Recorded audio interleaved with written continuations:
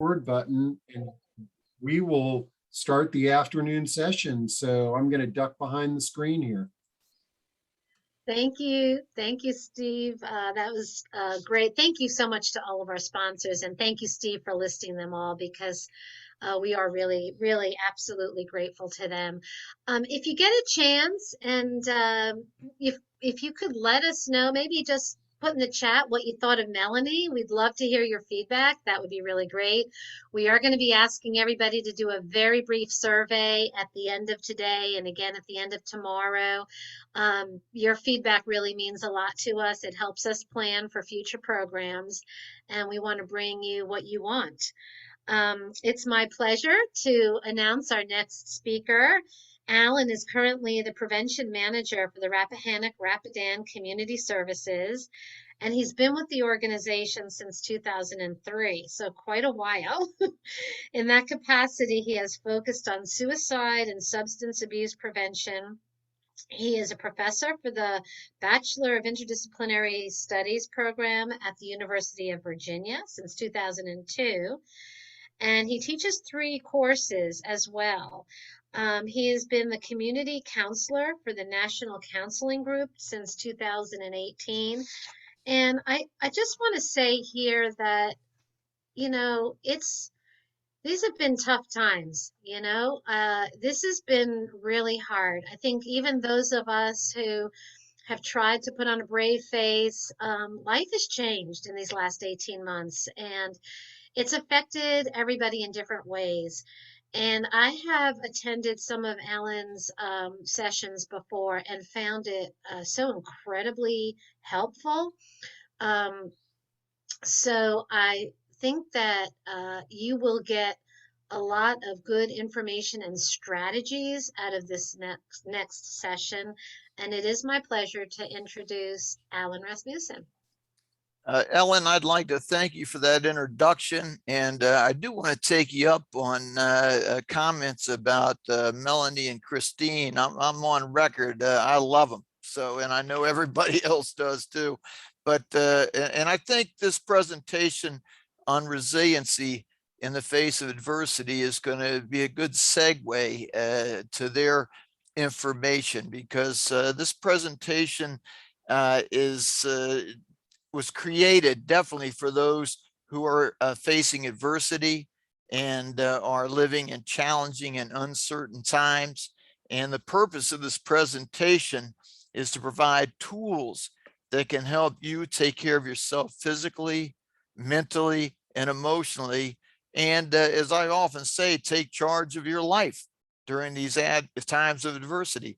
And, I also think this presentation can help people find peace in these challenging and uncertain times. Now, I want you to know this. I'm not just here talking about this. I embrace it. I live it. And I was fortunate enough to go to a conference at one point, and I'll give thanks to John Waldeck, a buddy of mine who was my first supervisor at RRCS.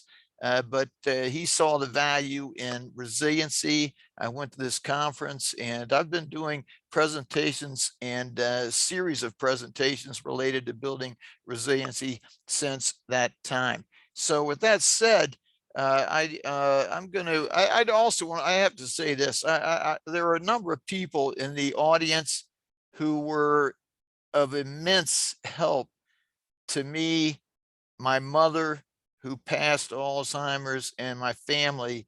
And I want to give a shout out to you all. I love you all. And that meant so much. So anyway, I'm going to get started here. So like I said, the title is Resiliency in the Face of Adversity. And so let me get this thing moving here. So, it's good to start off with a little bit of a definition of resiliency from my experience. And I want to offer this up. A person's ability to absorb high levels of disruptive change, bounce back, and actually even excel in times of change and uncertainty without acting in dysfunctional ways. Now, I don't know about you, but every time, and I've done this presentation over and over, But every time I read that definition of resiliency, I actually feel like I get some goosebumps, because how powerful can that be, that when someone's absorbing high levels of disruptive change, they can bounce back, and not only bounce back, but excel in times of change and uncertainty. And I've got to go to that statement about, we all know change is inevitable, but that resiliency thought is change is inevitable, but growth is optional. So during these challenging times, there's an opportunity to learn and grow, maybe do things different ways, and bounce back and excel. So, and I like this piece about without acting in dysfunctional ways. So have you ever acted or reacted like this when something's going on? And don't mind me. I do like a little bit of trying to get a laugh and some humor, but it's all serious talk here. But and I hope I'm not the only one that maybe has shown that reaction pattern or emotional response in the past. We're going to talk a little more about that, because it's been mentioned in the previous discussions, but I'm going to focus in on this in a little bit. So, goals of resiliency. You'll develop skills that increase your mental and emotional strength for what I like to say are these life's daily challenges. I like putting that challenge word out there a lot. If you hear me, I don't shy away from adversity, but I like the word challenge, because we are faced with challenges, and I like that attitude of, I'm going to take this on, I'm going to find a way to move through it, and hopefully excel and turn it into the best situation I can. And I heard that attitude talked about in the previous presentations, and it is key. So goals of resiliency: be able to bounce back from disruptive life changes and function in this world of change. You'll develop confidence to know that you can handle whatever the future may bring. Now, there's one of those statements that just gets me going again, because I think if I go to bed at night and I embrace this resiliency information, the tools that I'm going to talk to you about, that I can go to bed and sleep knowing that whatever tomorrow brings, I'm going to be ready. I'll take it on. I'll find a way to move forward and manage it, and maybe excel. So it's a good feeling, that confidence. And you'll gain strength from adversity. You turn whatever was a struggle, a challenge, into something that worked out, and you learn and grow. You'll turn emotionally toxic situations into emotionally nutritious experiences. I like the sound of that. Sounds like something you can eat. So benefits of resiliency: you'll become more self-confident. You'll bounce back faster. You will become change proficient. You'll get better at this each year. The more you do it, the more you embrace it, the more you live it, you get better and better at it. You'll convert difficulties into good luck.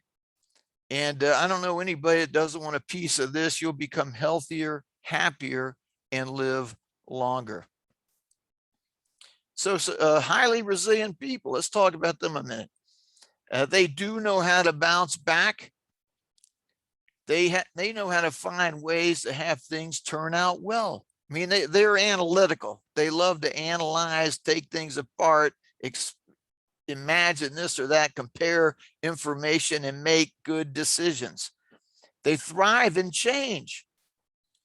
And I love this too. They're flexible, agile, they're creative, and they adapt quickly. Sounds like some kind of a jungle cat or something to me. And they learn from life's experiences. They gain strength from adversity. And resilient people, they don't complain about life being unfair when they're hit with setbacks. They don't complain. They just analyze, identify what's going on, and then develop a course of action to cope and move forward.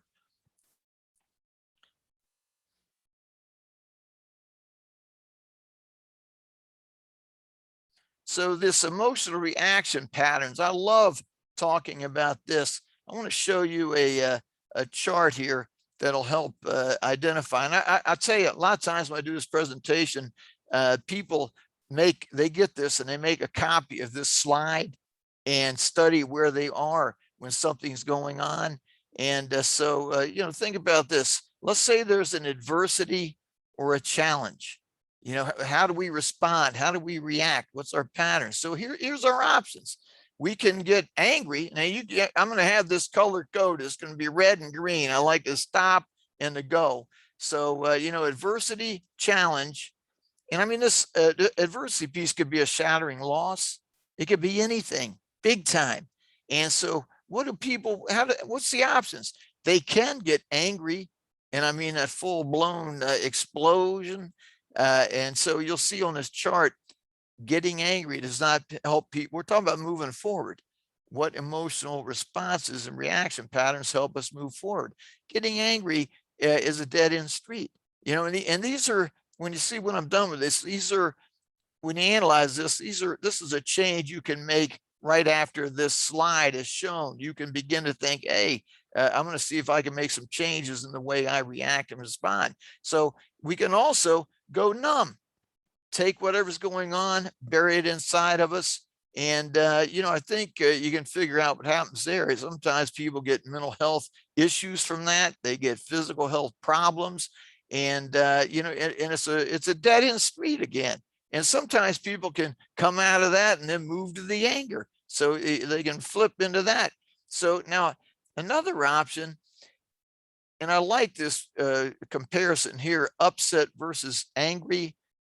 Being upset means I'm putting my feelings out in a useful way. I'm not happy with this situation. I'm upset about it. But the word but slips in, and it's, but what am I going to do? What can I do? So you're already beginning to think about coping, moving forward. Now, sometimes people can do that and they can make themselves the victim. Hey, I'm upset about this. What's new? This always happens to me. And I'm not here to make people victims. I'm telling you that right now. I'm here to talk about resiliency and moving forward. So let's say there's an adversity. I express my feelings in a useful way. And then I go, so what can I do? That's when I begin to cope. I develop healthy coping strategies. What's a plan of action? Let's do some problem solving. Let me talk to some people that are experts on this situation and maybe research and come up with a plan to where I can move forward. And when you do that, you begin to resil. And that is the action word for resiliency. It's a resil. I want to feel. We should make a song out of that word. I love that word. But then once you're beginning to resil and be resilient, you can then, the sun comes out, there's hope, and you can thrive. I'm not talking about surviving here. I'm not talking about survival skills. I'm talking about taking an adversity, a challenge, expressing what you're feeling, come up with healthy coping strategies and move forward and thrive, learn, grow, get better. So keep in mind, when you can get a copy of this, maybe you want to print it out. Me, I like to say, okay, I got the situation going on. Where am I at on this chart? Okay, I've expressed what I feel. I'm starting to develop. And I actually use this when I do counseling. If I'm working with somebody, I give them this presentation. I show them this chart. And I go, okay, how do you handle situations? A lot of times people get angry or they just bury it. So let's talk about these other options. So anyway, you can see with these reaction patterns that emotional states do affect our ability to be resilient, to move forward, bounce back. Positive emotions broaden and strengthen that ability. And I love this little quote here. It's not the situation, it's our response to it. Often it's just our response to it. We were always going to have situation. Things happen. So, how are we going to respond and react? We can accept responsibility for our reactions, our emotional responses. And, here's that analytical question. I like to analyze stuff. This went on. What did I learn from this?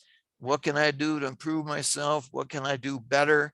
And that's not to be neurotic or beat myself up, but it's just to learn and grow. Look at any situation as a learning and growing opportunity.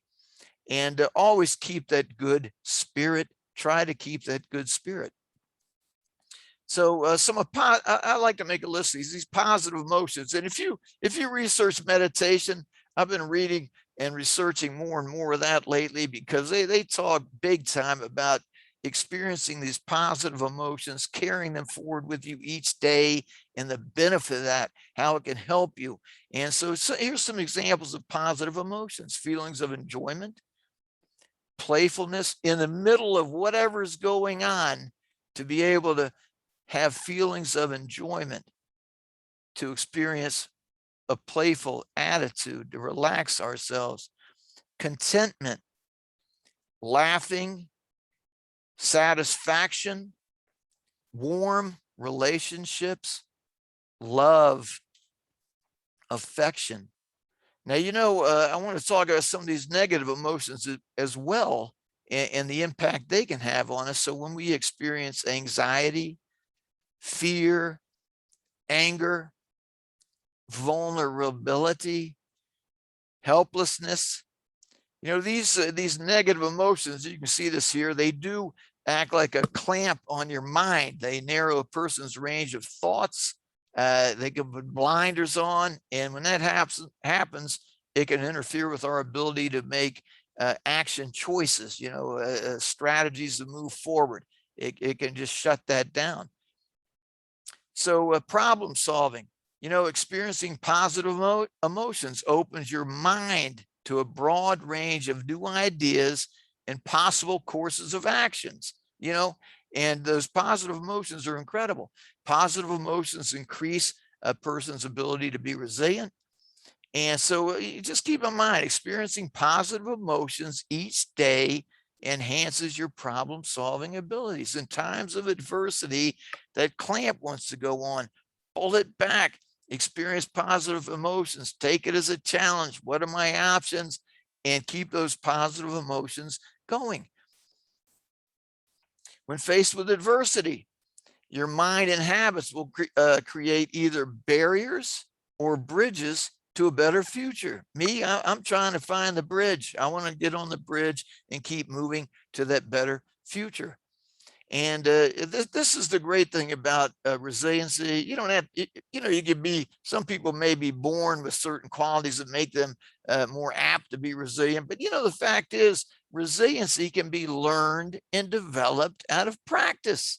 I love that kind of thing. If I can take this, work it, get better at it, learn, grow, keep moving forward, I'll get better and better. I mean, there's a lot of hope in that. So it can be learned and developed out of practice. This struggle to bounce back and recover from setbacks can actually lead you to developing strengths and abilities you did not know were possible. You learn a lot about yourself in tough times, and maybe some things I need to work on. So I also like to talk about paradoxical personality traits.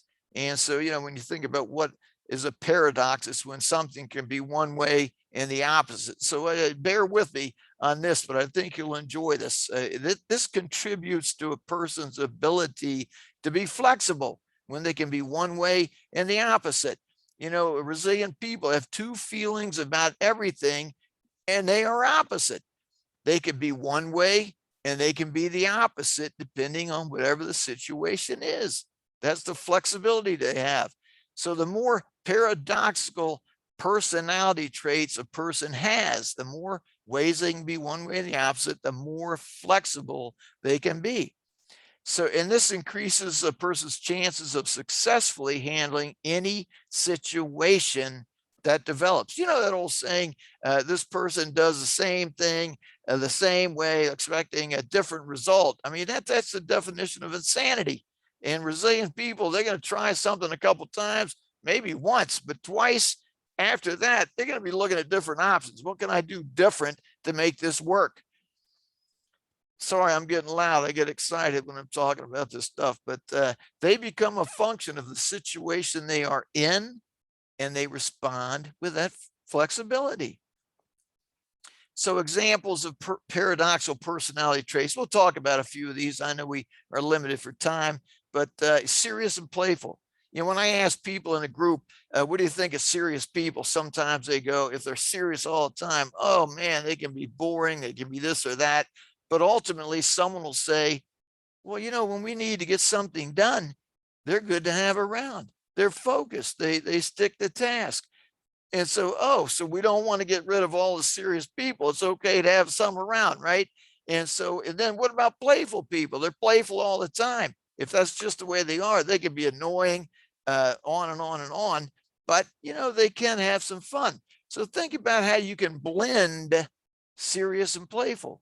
When I've got work that needs to be done, something serious going on, I'm going to come up with a plan, express what I'm feeling, set to work on it.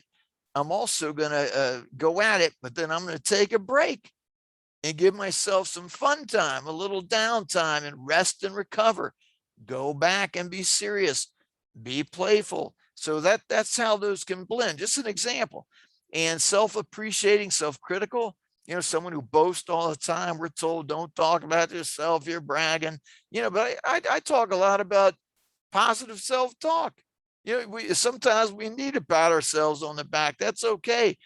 You don't want to go out announcing it to the world every day and bragging about it, but internally it's okay. I think I did a good job with that.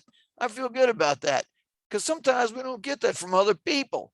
I always encourage other people to always say positive comments to other people to help build them up, the self-esteem, self-confidence. Self-critical, tearing yourself down all the time. So how do you blend those?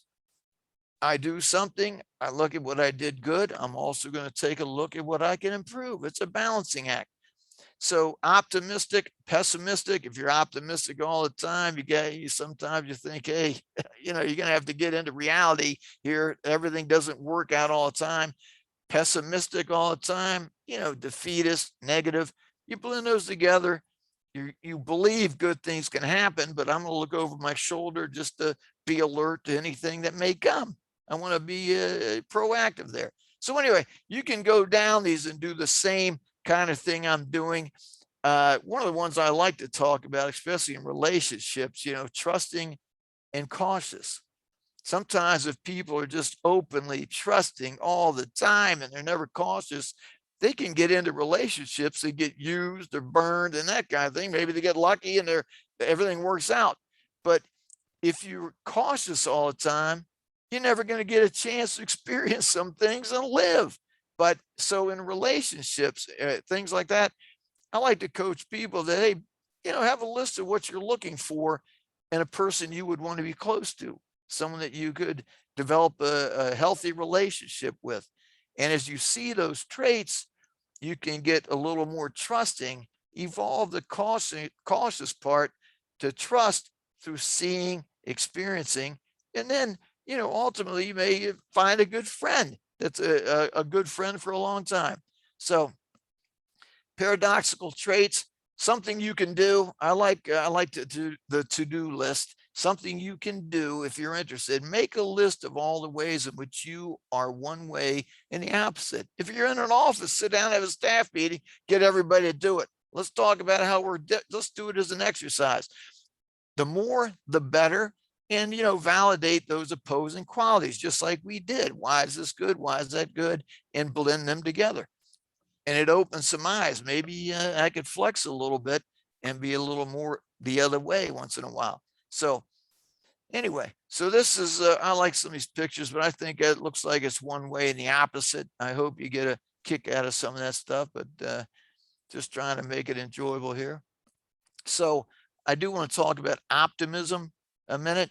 And, you know, resilient people, they are optimistic. There's no doubt about it. They understand that dynamic. So, but I thought this was the essence of optimism, if I've ever heard it before. There was this one ad and it said, 85-year-old man looking for long-term relationship. Now, if anybody wants to unmute and laugh, I don't mind that, but I get a kick out of that one myself still. So I hope you're laughing somewhere out there.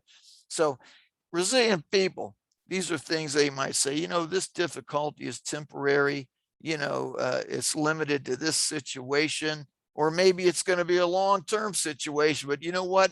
I'm going to find a way to cope with it. I'm going to find a way to move forward, be resilient, and cope with it.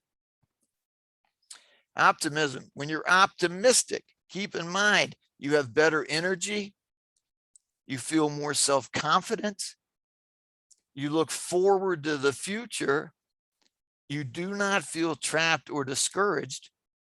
So something you can do one more time is reflect on how optimism has helped you or someone you know through a difficult time in the past. That's that attitude of optimism. So I want to, I hear people all the time. I get asked to do stress management. And I always tell them, no, I'm going to talk about resiliency instead of stress management. But I am going to give you a quick stress test to see where everybody is and see who we need to help. But so keep in mind, you're going to see a photo in a minute. It has two identical dolphins in it. It was used in a case study on stress level at St. Mary's Hospital. Look at both of the dolphins jumping out of the water. Keep in mind, the dolphins are identical. A closely monitored scientific study of a group revealed that in spite of the fact that the dolphins are identical, a person under stress would find differences in the two dolphins. If there are many differences found between both dolphins, it means that the person is experiencing a great amount of stress. So I want you to look at the photograph.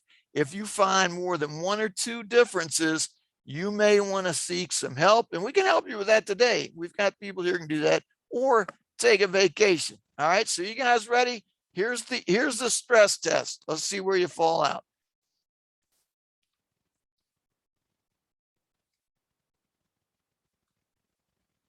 Anybody need help? I see two dolphins. So anyway, I hope somebody's laughing out there. And so with this said, I want to talk about taking charge. You mentioned me, you heard me say, I mentioned in the opening that I want to talk to you about how you can take charge of your life. So, I'm going to talk about that a little bit. So I want to talk about strain versus stress. If anybody has recently started to do any working out or has done that in the past, after sitting for a while, starting to work out, you're straining muscles.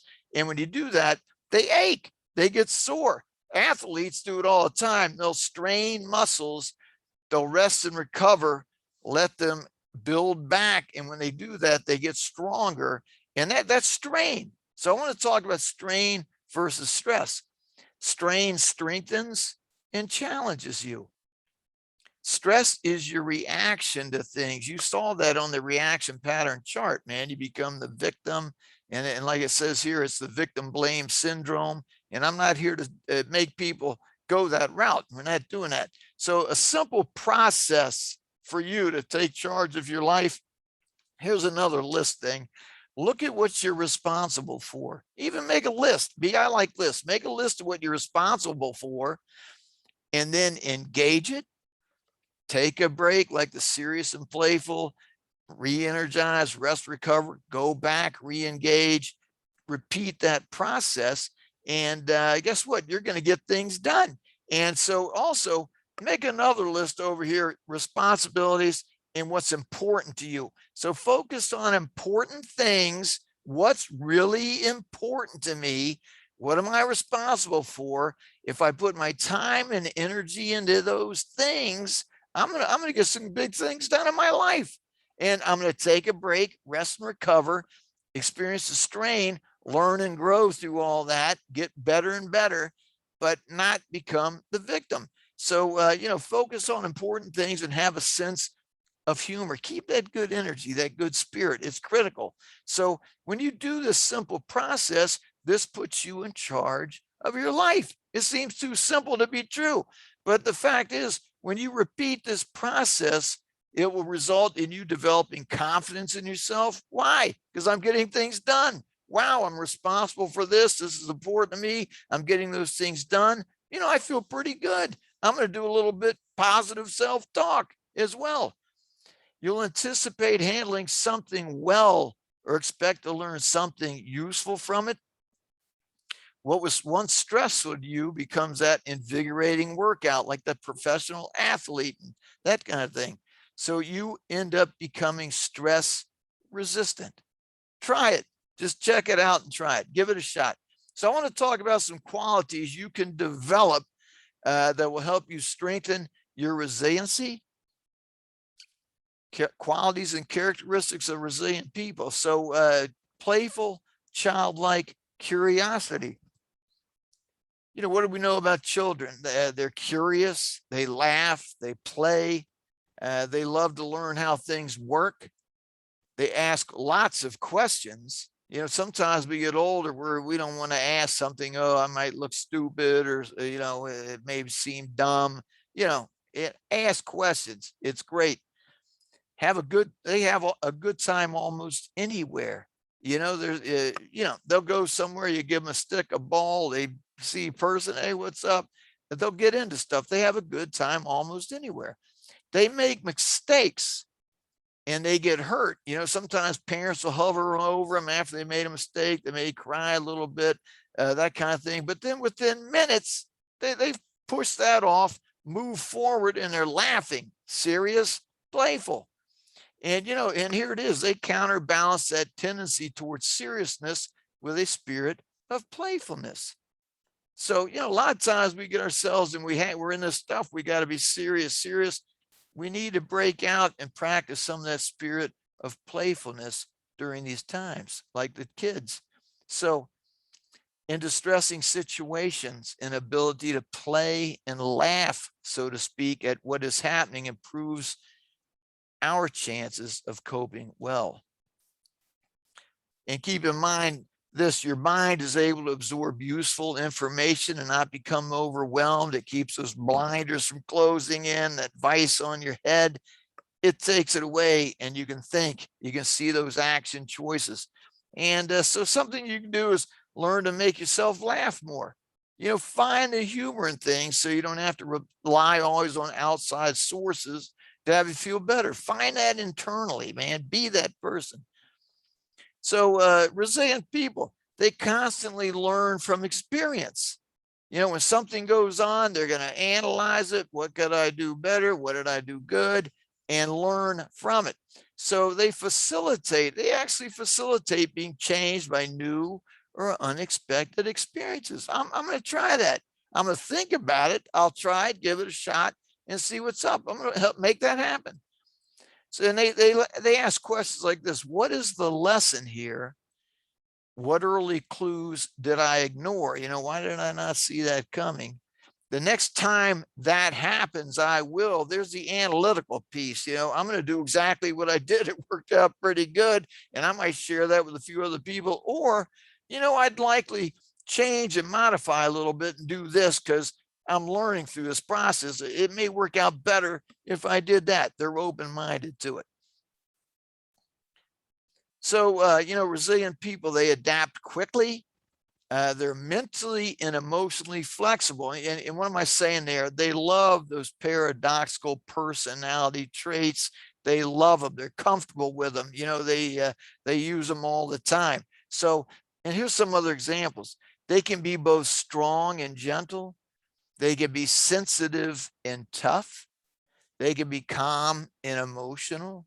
They can be serious and fun, like I talked about, and on and on. You add that list. Hey, and anybody who wants to get in this big time, we ought to make a game. You know, Parker Brothers may get it. You know, the paradoxical personality traits game. We can sit around a table and pull, hey, it's your turn. Come up with one. How are you this? And are you this way, that way? We could come up with a game out of this, man. So let's think about it. They can think in negative ways to reach positive outcomes. You know, how does that work? If I'm ever in a group, facilitating a group, or if someone throws out an idea and everybody goes, yeah, that's a great idea. Let's do that. I'm always going to be the one to say, hey, someone tell me what could go wrong with what we're wanting to do here, what we're saying we're going to do. Tell me how this won't work. You know, and I'm not trying to be negative. I want to look over my shoulder. Maybe we're missing something because we're all going, yeah. How might it not work? And so if you go through that, it's not a put down. You're heading off problems before they happen. And so it makes it stronger, a stronger decision. So, and there it is right there. What could go wrong so it can be avoided? So, resilient people, they work to develop, and they typically have solid self-esteem and self-confidence. And again, this can be improved. I do presentations on this, and you examine it, you learn how to improve your self-esteem, your self-confidence. It's another one that can be practiced, learned, and people can help you with it too, but you can do it. So these determine, I want you to hear this, these determine how much you learn after something goes wrong. Now think about resilient people. If something goes wrong, they want to analyze it. What went wrong? What could I do better? Let me learn and grow out of what I did here or whatever went on. They're not going to miss that opportunity. But people with low self-esteem and low self-confidence, they're probably going to say, oh, what's new? Didn't work out again. It's just too painful for me to analyze that. I give up. So they're missing an opportunity to learn and grow. And if they have people who have solid self-esteem, self-confidence, they're gonna beat themselves up. Hey, how many people invent something? They do 1,000,000 experiments before they get what they're looking for. How many times we try something as we get better to do it. So that they understand that dynamic. They're not going to beat themselves up. They're going to keep looking at it, trying to improve, analyze, and keep moving forward. These allow you to receive compliments and praise. Run the whole thing by with the self-esteem, self-confidence thing. A lot of times I could tell somebody with low self-esteem, hey, you really did a good job on that. And I really love the work you did. And their inner voice is going to be saying, what's he talking about? I don't feel that way. I don't see how that's possible with me. That's that low self-esteem, self-confidence, so there's a missed opportunity. Not going to stop me from saying things to people. I'm going to help that person build their self-esteem, self-confidence one way or another as well. It's a buffer against hurtful statements. If someone says something to me that could be hurtful, I'm going to go to that response chart, a reaction chart. I'm not going to get angry. I'm not going to bury it. I'm going to think about it. Let me think about what they said. Is there something there that I need to think about that I'm missing about myself? Opportunity to learn, grow, change. And if there is, I'm going to go back. Hey, man, I appreciate you putting it on the table and telling me what you said, man. You're my kind of person. So I'm going to work on that. If I disagree, not being egotistical, but I've analyzed and I go, I think they're just being hurtful. I don't mind going back and say, hey, I thought about what you said the other day, and I got to tell you, hey, that hurt, and I don't agree with you, and I think you're wrong. I'm not going to get in a big rumble. We're not going to go out in the street with it, but I don't mind putting stuff on the table. A lot of people know me. They say I'm unfiltered anyway, so I don't try to get anybody worked up, but I don't mind putting it on the table. I'll tell you that right now. So they make you receptive to constructive criticism. So here's again, someone says something, and that could be at work, it could be off work. But, if I got solid self-esteem, self-confidence, I'll analyze it, go, hey, man, I appreciate you. And you see, look, I'm a 1-minute manager. So when I work with somebody, I always like to tell, I'm going to tell you what to do. I'm going to show you how to do it. And then I'm going to watch you do it. And as I'm watching you, if I see you doing it well, I'm going to let you know immediately. And if I see some problems, I'm going to let you know immediately too. So we're not going to get worked up about that. I'm trying to help you. I care about you. So if it's taken like that, it can all be good. So something you can do. Here's that list again. Make a list of all the things you like and appreciate about yourself. A lot of people, I've had people say, I can't think of many things. Think about it. Write them down, practice making that list longer, and please practice positive talk about you. And if you're in groups, please talk about each other in positive ways too. Let's get functional here and help people build self-esteem, self-confidence, not tear people down. So resilient people, they can develop healthy relationships, loving relationships. They develop good friendships. And so these make you more stress resistant, less likely to get sick. They look, if there's a distressing situation going on, and think about what people can be dealing with, it makes you less vulnerable to distressing conditions. You have someone who understands, someone to listen to you, someone who really cares, and you can talk to them about that. It diminishes the impact of difficulties, and it increases feelings of self-worth and self-confidence when you have these positive, loving relationships. There's somebody looking for a loving relationship, right? I always feel good when I see that kitty.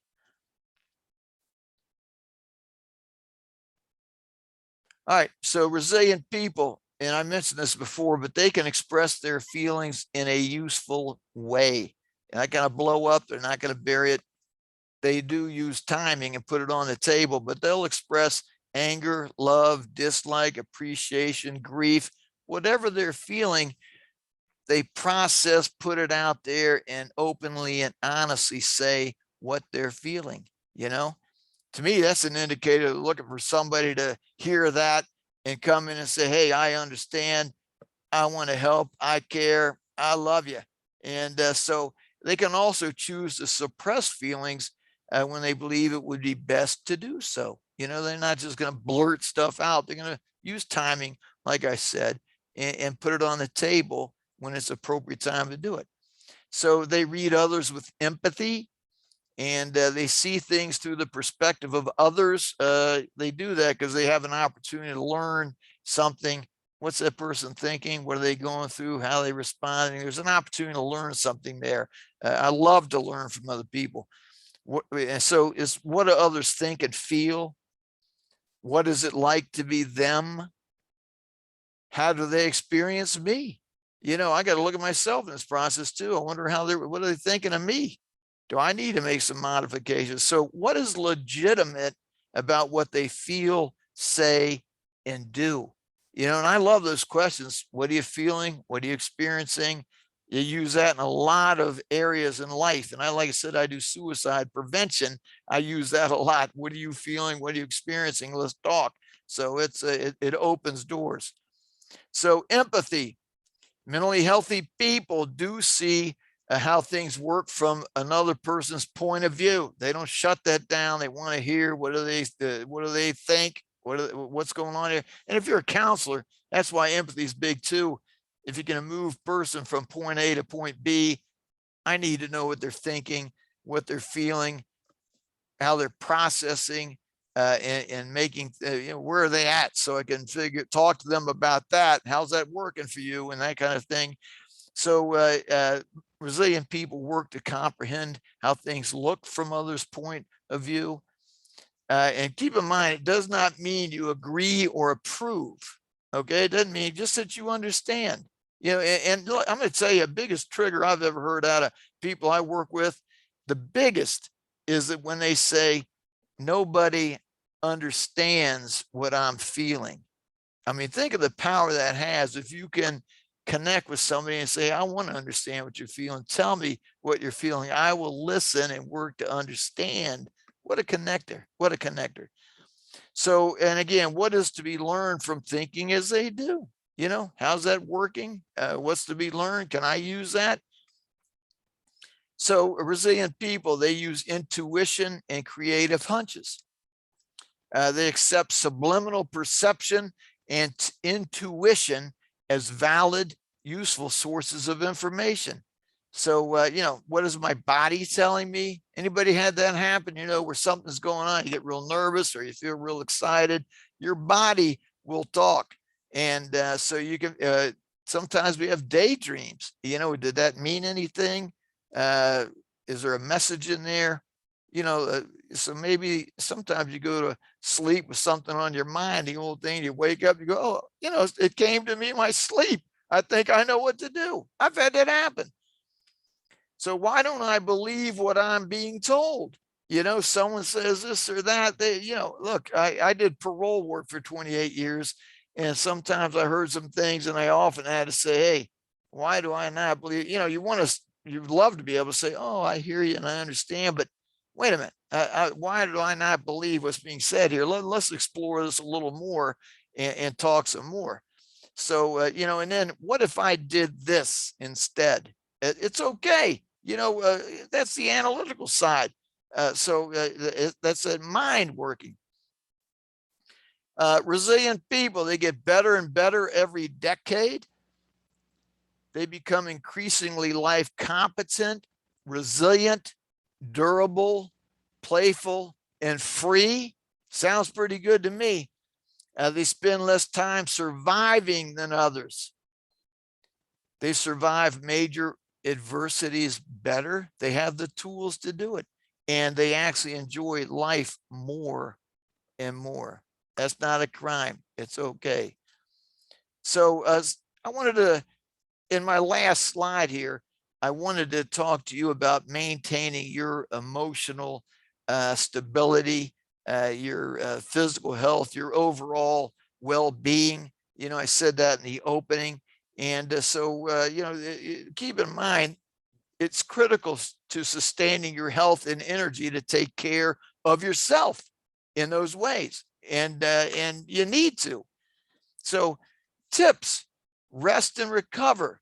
Remember the strain versus stress, that kind of thing, the list of responsibilities, important things, serious and fun.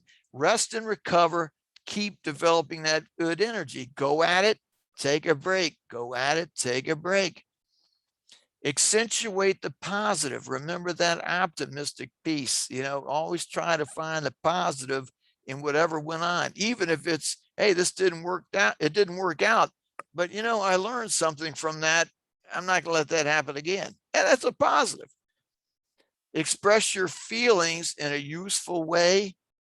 Put them on the table, right timing, right tone, express what you're feeling. Try to be around people that want to hear that. But, if you got to put it out there, you have to put it out there, stand up.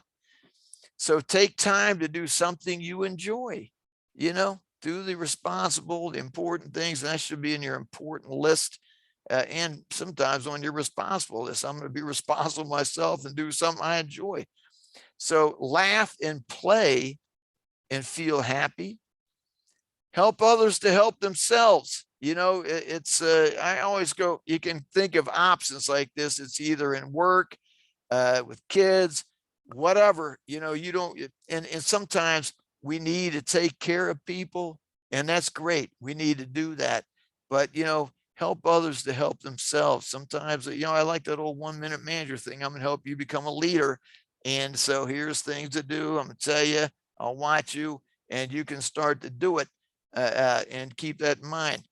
So develop support systems. You need support, get those healthy friends. You need more than that. I mean, I always press this. You need counseling, get counseling. That's good stuff. It can help you big time. So get what you need. It's available. And if you do all that, I'm hoping this will be you one day. You'll be sitting in the hammock, resting and relaxing and enjoying life, feeling better. In the middle, peace can be in the middle of things going on too. To find that internal peace, you could have a lot of chaos going on, but I'm resilient. I'm feeling good. I'm going to move through it. I'm going to take care of myself in the process. So with that said, I just want you to look at this thing as we relax a minute at the end of the presentation. And it's peaceful to look at that screen. All right. Good to have a little fun. Hey, I'm going to tell you, I'm here. I don't know how much time I'm allowed to have to talk or answer questions, but I'm up for that too. Now, whenever. Ellen, you're in charge, and I'm here. I hope it was a good presentation. I hope you find it useful. And look, I care about you all big time. Thank you so much, Alan. We do have time, actually. We have time for questions. That was really helpful. Oh, excuse me. I love the strategies and I love the attitude that you promote. I think that a lot of times people think that we can't change the way we think because, oh, I feel this is how I feel. But our brains are pretty powerful and pretty strong. And I really love what you said about we can change the way we think about things. And I think that's a really big takeaway for me personally. So, Ellen, I love you saying that because I love the piece that goes back to growth. We want to grow, we want to learn and grow. And I've done there's some good literature on growth. I've done some presentations on that as part of the resiliency building piece, but learn and grow, and think about that. Be analytical. I love it, what you're saying there. yeah, thank you. So, I'm going to ask Steve to help us logistically because I think if they unmute themselves and turn on their video, they can ask a question and sort of jump on the stage with us, I think, but I'll let Steve tell me if I'm wrong there. Or for Um, sure, you hold can on. put, oh, sorry. You can definitely put a question in the chat though, for sure. So, um, All right, let me pop that up there. Okay, let's see. The best and way to ask questions is just to simply raise your virtual hand and we can call on you. there is a question in the chat. Okay, thank you. So raise your virtual hand by going down to that little bar at the bottom of your screen and Yeah, or you that can type them in the picture. chat, Um, or use the Q&A box. okay, well, we do have a question from Kathy. I love that all that you shared, but when you're in the thick of trouble, what is the most honest way to engage resiliency in those moments? I love that question, and this is really what it's designed for too. It's not just taking lightweight stuff. It's when you're in the thick of some big stuff going on, you want to remember the emotional reaction patterns. You want to try to develop that inner strength. Where I'm going to persevere. I'm going to come up with a plan. There is hope. Now, look, me, I'm on the other side of the stuff. I've seen people that become hopeless, and that hopelessness can lead to some major problems with suicide and other behaviors. So, this is why I like the resilience piece. I try to teach people to be resilient. Now, the other side is if you feel like you just can't move through it, with what I'm laying out here, it's time to look at some professional help. I mean, that's another option. If I'm waking up and I'm going, you know what? I listened to Alan. I've done a little other research. I'm trying some of this stuff, but it's just not working. I can't seem to move forward. I'm talking getting that support maybe from somebody professional. Let's look at really what's going on. So I'm not jumping on that already, but this you want to be you want to persevere. You want to take charge of your life, examine what are there changes I need to make? Can I open my mind to that and say, hey, I've been doing it this way. Let me be a little more flexible with this paradoxical personality traits. Am I with the right people, supportive people, or is that whatever the issue is in life? I mean, I've been around a long time with a lot of stuff. And so it's examine what the issue is and then keep coming up with that action plan. Don't give up. Don't quit. Don't bury it. Cope. And if you need someone to help you cope with that, get some professional help. So I mean, I'm all about. I think that's a good plan. I think sometimes too, yeah, thank you for that, Alan. I think sometimes too, it can be helpful. I've heard people say, maybe this was even came from you, Alan, but I've heard people say, you know, you might feel like this right at this moment. That doesn't mean like you're always gonna feel that way. And I think sometimes just, that realization if somebody's really in the worst situation, like it can be really horrible right now, but you're not always going to feel like this. Yeah, I like that, Ellen. And it's again, it's not just playing words with game words, and stuff like that. It's hang in there, keep coming up with a plan, and if you need extra help, Get it's out Ask for there. that help. Ask Yes. for it. Yes. Yeah. So there's another question in the chat from Dawn. How do you help those who are less emotionally mature, whether having intellectual disability or just being young, accept struggles without putting them down? And how do you help them develop increased resiliency? So if they're maybe got some intellectual challenges, how can we help them? Well, it's sure you go to the person with who they are and what faculties they have and work with them and nuts and bolts it. I love nuts and bolts stuff. Hey, if you do this, what about that? And I love that thing where you talk about the brushes or any of that stuff. Apply it all. And the piece I see is somebody so young. Look, I work with some young people too, and I don't quit. I just try to connect and I say, okay, well, there's how do you you step back. How do people learn? They by experiencing things. And so, how would you like? What's it like to learn if you make a mistake? What's that feel like? So, how do you avoid making mistakes? How do you make good decisions? You just gotta weave it in. It's not like it's turning on a light switch, but you just have to keep working it and breaking it down. I love that. Now, how can we make this work? Let's talk about this. And and I got to tell you, I've seen it work.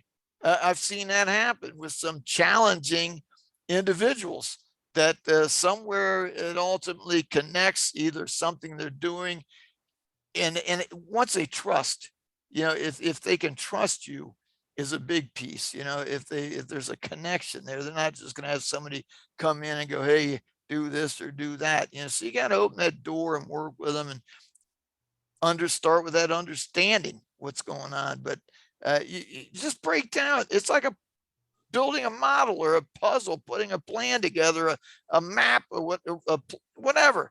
You take what you have. What can I do here and how can I help, or what's needed and what do they want? And you begin to work. And it's not like just flipping that switch. It's a process, but it can work. It works big time. I know a lot of counselors use this information. They apply it in other life skill trainings. So, what else do I need to throw in here? Do we need to talk about how to build healthy relationships? Do we need to talk about how to action management? I don't call it time management. I always call it action. Time's time. We all have the same time. What are you doing with your time? How's that working? So it's you just you get in there. I don't know. I hope that helps. But if Yes. I'll take it one thing at a time. I'll help you work on it. I'm into that. And so, along those lines, Alan, is our RRSC, is that a good telephone number for people to call if they need help or for resources? What's the best place for people to get help or to get advice or any resources that we can provide? Well, sure. I like that you're bringing that up. Now, RRCS is one big community partner. We have the services and do we have it all? I'm not putting us down. I'm just saying that's why we like to work with community coalitions, community partners. What's in our community? And Ellen, that the Aging Together has their resource guide. Healthy Culpeper has their resource guide. We've got a lot of places you might be able to find help. And so, but RRCS is definitely a place that can call them, lay out what you've got going on, and somebody will talk to you and check it out. And if we have the service, we'll connect you. If we can find it somewhere else, I'm sure we'll help you find it there too. But that's what this is all about. One team, one fight. It's a community thing. So it's we've got our stuff and we can help find others too. So yes, we're a good Great. place to start. It looks like Ginny was asking for that suicide hotline number. I don't know if you have that off the top of your head, but maybe Ginny can put it in the chat. Yeah, let me it's the 273 let me get that thing with the talk T. Let me get my mind just won't hold on a second. I'll put it up and put it in the chat box for you. Okay. No No problem. worries. Yeah. Yeah, and that's a good number. National Suicide Prevention Lifeline. And the other piece of that is, again, you can call our agency if you're local and something's going on, man. We've got the number for our agency. You can get in touch with the emergency services, and there'll be a response to help, no doubt. So I'll get that for you right now. And then, Steve, I don't think I can see if attendees have their hands up. Can you see if anyone's got their hand? No, folks are a little gun shy on the hand raising today, but that's okay. The questions that have been coming through chat have been awesome, and it's a great way to communicate where everybody can see the great questions that folks are bringing up. You know, I love questions, man. Bring it on, man. This is nuts and bold stuff. I don't mind. Yeah. Yeah. No, reach me later if you want. I'm always available. So Alan, if you also drop your contact info in there, sure I will. That's a great way for folks to reach out and follow up on this very important topic. All right, I'll do that. And I'm also, here's that suicide prevention hotline. And for me, I'm just going to put it out here, man. Let me give you everything here. Yeah, so the suicide prevention hotline is 800-273-8255. That's the National Suicide Prevention Hotline. And then Alan's contact info is. Yeah, I just pushed the button too soon, man. I got that's okay. Fingers. No, I'll give you a number. That works. Yeah. So, well, this is good. This is fantastic. So, Ellen, I think we've got we've earned ourselves about a 10-minute break before we go to our next session, which is with Sarah Amos, staying engaged at every stage. She's there. Oh, wow. She's already in the audience. But we've got, you wanted that break time, didn't you? You wanted the break time, right? Yeah, we've got about 10 minutes. And Alan, thank you so much. That's such great information.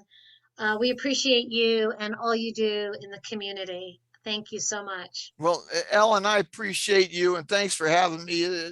I love it. Thank you very much. Thank you. Awesome. All right. And my heart's with everybody out there who's a caregiver or doing something with family. It's I'm all behind you. Great. We thank you. Excellent. Okay, we'll see you all back here in about just under 10 minutes. Yep. And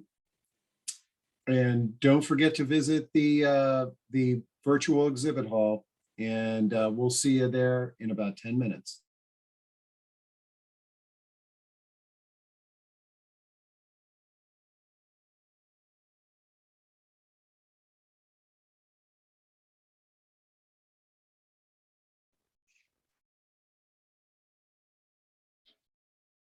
Looks like we got Kendall.